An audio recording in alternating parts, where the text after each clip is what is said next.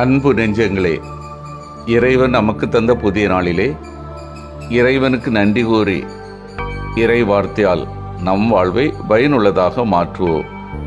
இறைவன் நம் அனைவரை நிறைவாக ஆசீர்வதித்து பாதுகாத்து வழிநடத்துவாராக. இன்றைய நற்செய்தி வாசக சிந்தனை மாற்றி யோசி. யோவான் நற்செய்தி நூல் பிரிவு 16 இறை சொற்றொடர்கள் 5 முதல் 11 முடிய. இதன் விளக்கம் அறிவோம். இயேசு தங்களை விட்டு போவது பற்றி சீடர் மனவருந்துகின்றன. இந்நேரத்தில் யாருமே கேள்வியை எழுப்பவில்லை. அவர் போவது அவருடைய தந்தை இடத்தில்தான் என அவர்கள் உண்மையிலேயே அறிந்தால் இப்படி துக்கப்பட மாட்டார்கள். இயேசு தந்தையிடம் போவதனால் ஏற்படும் நன்மைகள் பல. துணையாளர் ஆற்றப்போகும் சில பணிகளை இயேசு இங்கு எடுத்து காட்டுகிறார். விண்ணகம் சென்ற பிறகு உலகம் சீடரை குற்றவாளி கூண்டிலே கொண்டு நிறுத்தும்.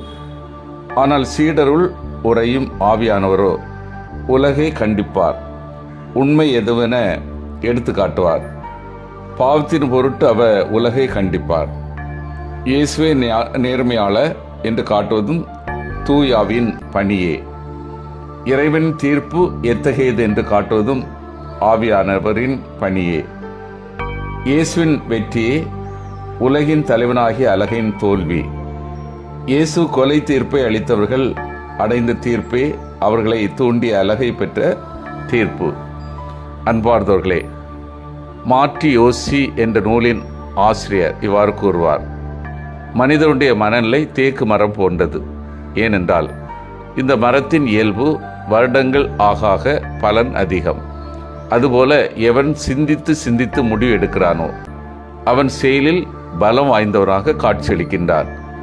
மாநிலத்தில் 12ஆம் வகுப்பில் முதல் மதிப்பெண் பெற்ற நந்தினியின் பரிந்துரையும் இதுதான். நான் படித்த பாடங்களை வீட்டில் சென்று சிந்தித்து எனது கருத்தோடு ஒப்பிட்டு பார்ப்பேன். ஆனால் சிந்திக்கக்கூடிய தன்மை நமது சமுதாயத்தில் குறைவாகவே இருக்கிறது. அதனால்தான் கொலை, கற்பழிப்பு அதிகமாகிக் கொண்டே இருக்கிறது. இன்றைய நற்செய்தி வாசகத்தில் இயேசு சீடர்களிடம் தன் சாவை எடுத்துரைத்து இனி தூயாவின் துணையோடு பணி செய்ய போவதாக புதிய சிந்தனையை கற்றுக் கொடுக்கிறார். எதற்காக இயேசு இந்த மாற்றி யோசிக்கக்கூடிய தன்மை விதைக்கிறார் என்றால், சீடர்கள் மத்தியில் பல எண்ணங்கள் இருந்தன.